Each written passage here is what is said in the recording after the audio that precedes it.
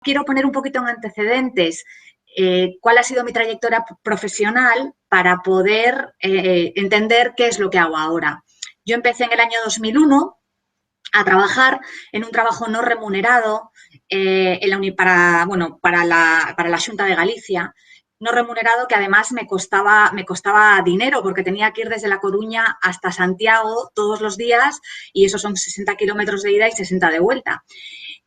Ahí aprendí mis primeros conocimientos en GIS y en teledetección y fue un poco el germen para poder acceder a mi siguiente trabajo, que fue en la región de Murcia, en la zona de Levante.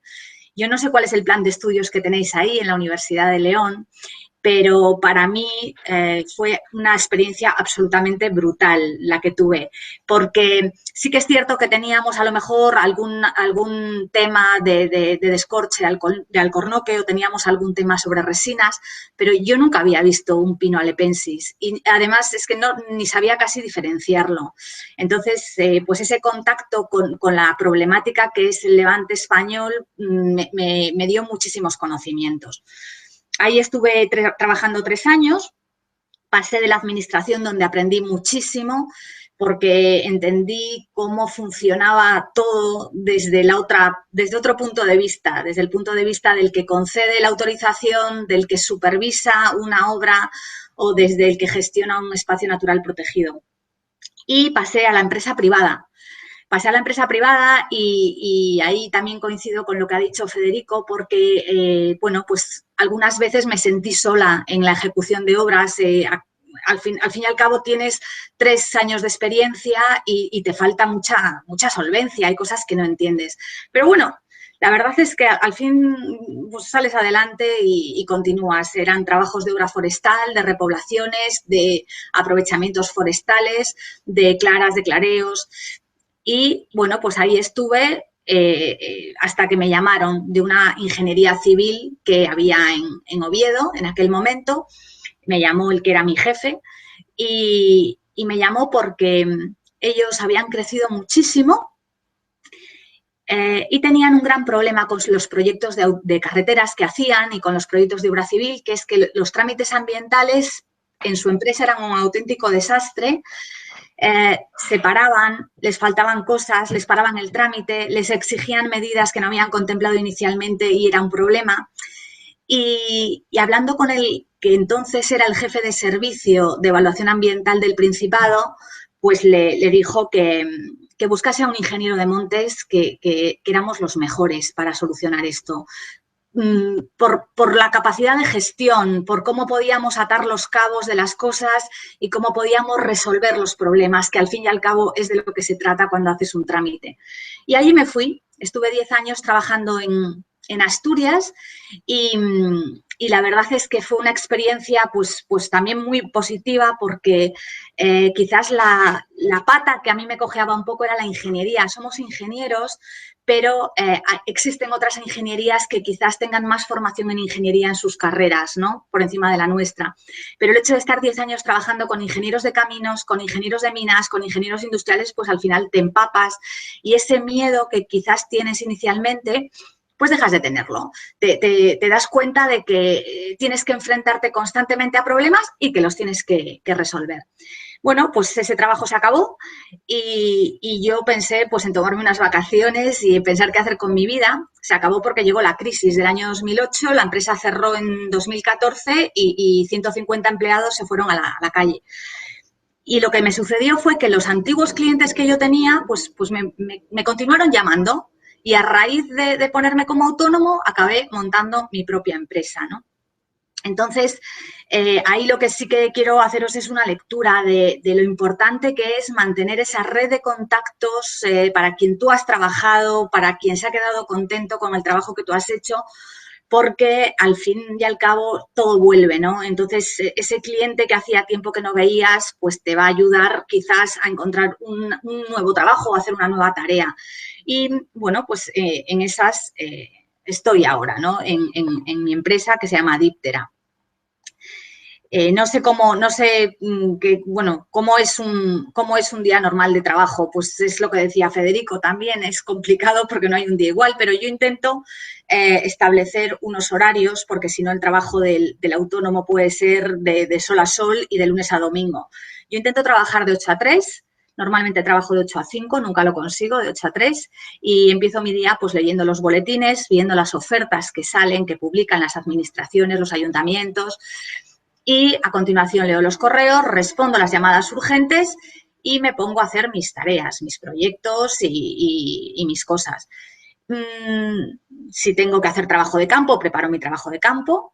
Intento gestionarlo de manera que si son sitios complicados o alejados, no ir yo sola. Hay veces que la cosa es complicada y prefiero, pues, aviso al guarda forestal o aviso a algún compañero de profesión, hago de alguna manera para hacer coincidir estas visitas de campo. Y después otros días pues tengo que ir hasta consejería, hasta confederación, hasta catastro, tengo que ir a ver cómo van mis trámites y al final pues se va tejiendo una red de contactos pues con la administración y con otros equipos. Quiero decir, yo en mi empresa soy yo, pero cuando necesito hacer algo echo mano de otras empresas que complementan mi trabajo. Si me mandan un trabajo de ingeniería, pues a lo mejor yo no soy capaz de hacer un bombeo de una determinada entidad, pero si ya lo hago a la par que un ingeniero de minas con el cual yo conozco y hacemos un equipo, pues entonces ya las cosas cambian, ¿vale? Entonces, ¿qué competencias son las más importantes? Bueno, yo tengo muy claro que es imposible que todos sepamos de todo. Pero para eso están los equipos multidisciplinares. Antiguamente, pues cada uno trabajaba en su celda de competencias y hoy en día todo eso ha cambiado un poco. Tenemos una fuerte vocación técnica. Yo creo que eso es otra ventaja que tenemos. Lo que sabemos lo sabemos muy bien y lo sabemos justificar muy bien. Por encima quizás de las modas o de las creencias que pueda haber en un momento dado desde el punto de vista social. Creo que valemos para gestionar un territorio, por ejemplo, para dar una visión de conjunto pues que pueda aunar diferentes complejidades sociales. Por ejemplo, os digo un tema que últimamente sobre el que he hablado, que es el tema del rural y de la España vacía o vaciada, como le llaman ahora. Yo muchas veces oigo hablar a gente que da instrucciones pues desde su visión urbana sobre el rural, ¿no? Pero quizás está obviando que para que haya un desarrollo rural tiene que haber un uso de los recursos y tiene que haber una economía, ¿no? Entonces, ahí estamos nosotros. Estamos nosotros con nuestras repoblaciones, con nuestras explotaciones forestales, con nuestra actividad cinegética y piscícola, con nuestra gestión en espacios naturales protegidos. Quizás no somos capaces de diferenciar entre una subespecie de una herbácea y otra, pero podemos poner a funcionar un sector económico dentro de un ayuntamiento. Estoy segurísima. Entonces, la capacidad de resolver problemas es otra de las ventajas que tenemos, ¿no? Dar respuesta a una necesidad que la sociedad pueda demandar. Para hacer esto, pues también necesitamos, evidentemente, un compromiso y una responsabilidad. Nos debemos al cliente, ¿no? Entonces, muchas veces tengo que dejar de lado un poco mis opiniones personales para contribuir a que el problema de mi cliente se resuelva y que él se quede contento. Y hay veces pues que hay que dejar de ganar un poco de dinero para que él se quede contento y me vuelva a llamar una segunda vez. O sea, hay que tener un poquito de gestión, no solamente de conocimientos, sino de gestión de relaciones laborales, como que, bueno, por decirlo de alguna manera.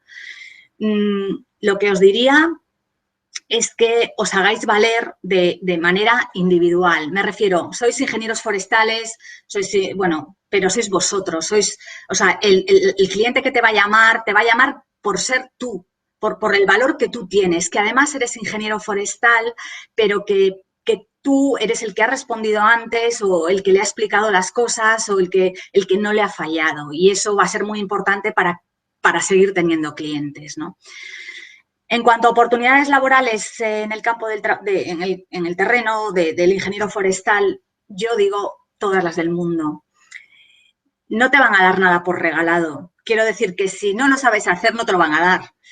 hay campos en los que los ingenieros forestales, de montes, los técnicos forestales dominamos ampliamente, en otros ámbitos pues convivimos con otras titulaciones y hay ámbitos en los que estamos en desventaja, pues porque hay otros que tienen más conocimientos que nosotros sobre temas concretos, pero que no seáis nunca vosotros los que os pongáis un límite, sino que ya, que sean los demás, ¿no? Los que os digan, bueno, pues esto yo a vosotros no os lo dejo hacer, pero siempre dentro, por supuesto, de lo que son las competencias, como apuntaba Federico antes, y teniendo en cuenta que toda nuestra actividad tiene que estar respaldada por un seguro de responsabilidad social que te da el hecho de estar colegiado, al menos en una determinada cantidad de dinero.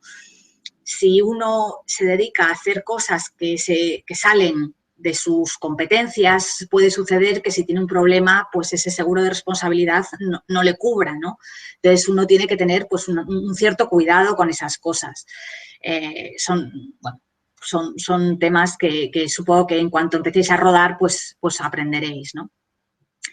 Yo aparte de las competencias, lo que sí que quiero deciros es que no podáis hacer algo que está fuera de vuestras competencias. Lo que puede suceder es que no lo podáis firmar. Pero si vosotros sabéis instalar una tubería en una zona industrial, pues el proyecto a lo mejor sí que lo podéis hacer. Lo que tenéis que hacer es asociaros con otra persona que os pueda firmar ese proyecto. Para acabar, yo me gustaría que os quedaseis con lo trascendental, pues que es esta profesión, ¿no? Y es que salvo en contadas ocasiones, o por ejemplo en el ámbito de los incendios, que sí que sucede, no vas a cortar la cinta el día que inauguras la autovía. El trabajo de un forestal trasciende a su propia vida o el resultado de ese trabajo, ¿no? Y yo creo que eso es lo que nos hace grandes, el que estamos invirtiendo un esfuerzo y dedicando un tiempo para la siguiente generación. Y eso al final pues es lo que le da grandeza a la profesión. Y nada, pues animaros muchísimo, deciros que si tenéis alguna duda en los próximos días tenéis mi correo a disposición para preguntarme lo que queráis y que nada, yo si volviese a nacer volvería a ser ingeniero de montes, o sea que yo os animo muchísimo a que os toméis la profesión pues de la manera más abierta posible porque hay muchos recursos, muchas posibilidades y muchos campos en los que vais a poder desarrollar vuestro trabajo. Y ya está.